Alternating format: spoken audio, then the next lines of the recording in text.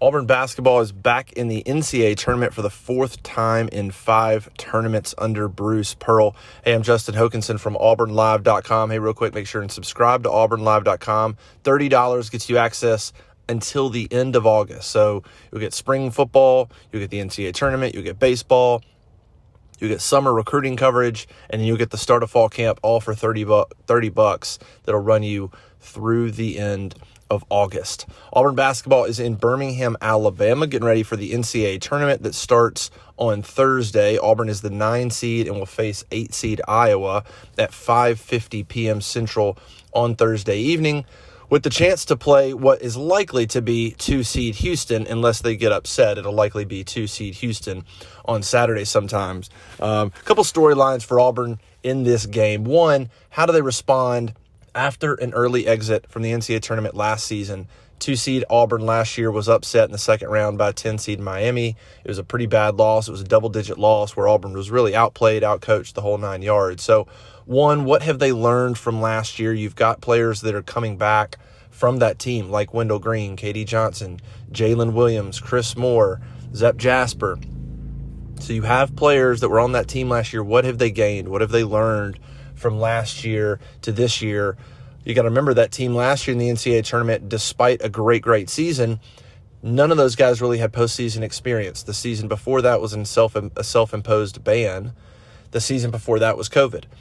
And so you had a couple of guys that were maybe freshmen on the Final Four team, but a lot of these guys weren't a part of those NCAA tournament teams. They didn't have any NCAA tournament experience. So I think that'll be interesting to see if this team comes in a little bit more ready to play than they did last year. Even the Jacksonville State win, if you look, Auburn won that game by 20, but that game was competitive for 30 minutes.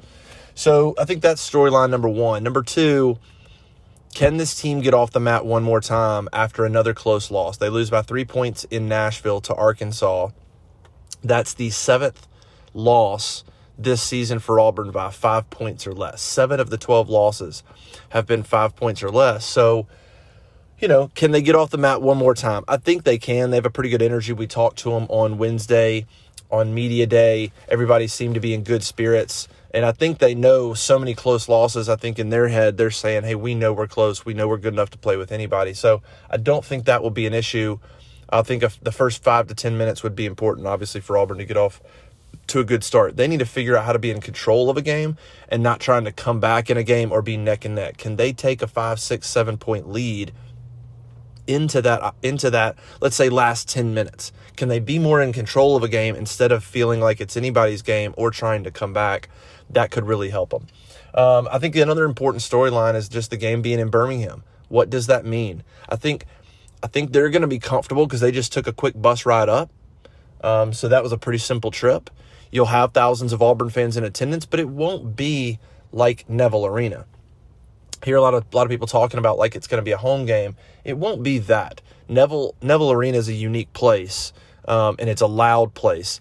But you should have, 4,000, 5,000, 6,000 Auburn fans in there, I would think at least. Obviously, you have session tickets and you have Alabama fans that'll be there, Birmingham basketball fans. And so, but you should definitely have the home court advantage. Iowa's going to have their small little section, but that's it. So you should have the fans on your side, but it won't necessarily be a home court advantage. I mean, Auburn had more fans than Arkansas and Nashville, and that didn't really help them. Last season in Tampa, Auburn had a great showing at the SEC tournament. A&M didn't have any fans, and it didn't really help them. So I think the short drive up is probably more beneficial than as beneficial than just the fans being there. It wasn't a drive, wasn't a flight, a 4-hour flight somewhere and all that good stuff. So I think that'll be another important storyline to see sort of how that shakes out. Should be a good game. Iowa, very offensive-minded.